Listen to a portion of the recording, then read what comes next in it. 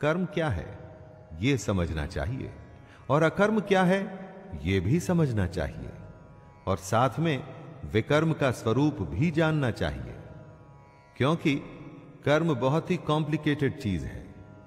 3 शब्दों में कहा है कृष्ण ने, कर्म, अकर्म और विकर्म, यानी कुछ करना, कुछ न करना और कुछ विशेष करना।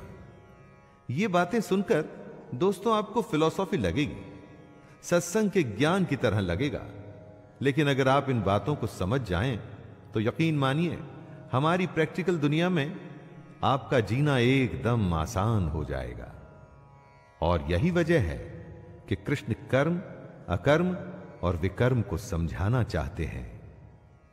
जो मनुष्य कर्म में अकर्म देखता है और जो अकर्म में कर्म देखता है, वो और लोगों से ज्यादा इंटेलिजेंट है, और ऐसा योगी समस्त कर्मों को करने वाला है। कर्म में अकर्म देखने का मतलब क्या हुआ?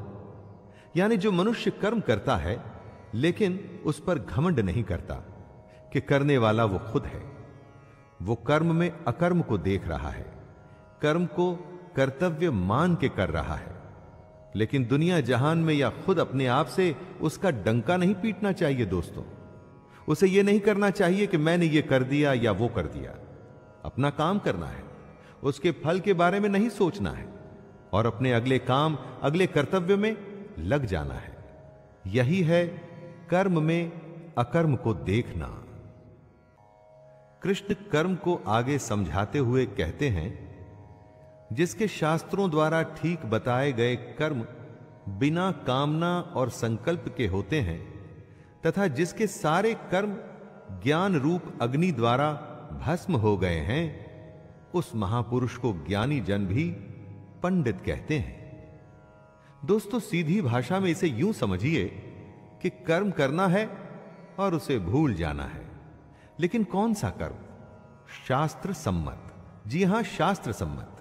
जिस कर्म को शास्त्र ठीक बताएं, शास्त्र कौन से कर्म को ठीक बताएंगे? जिसमें धर्म का पालन है, जिसमें आपके कर्तव्य, आपकी रिस्पॉन्सिबिलिटी पूरी होती है। किसी भी काम को अपने स्वार्थ के चलते आप अच्छा या बुरा कह सकते हैं, लेकिन सही कर्म वही है जो शास्त्र सम्मत है।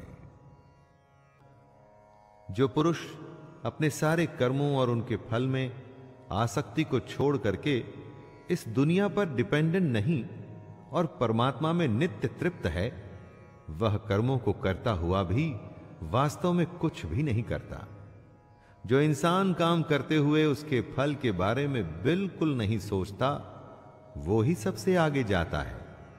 उसी की उन्नति होती है, इतनी उन्नति, इतनी प्रोग्रेस कि अगर वो चाहे तो भगवान को भी पा सकता है।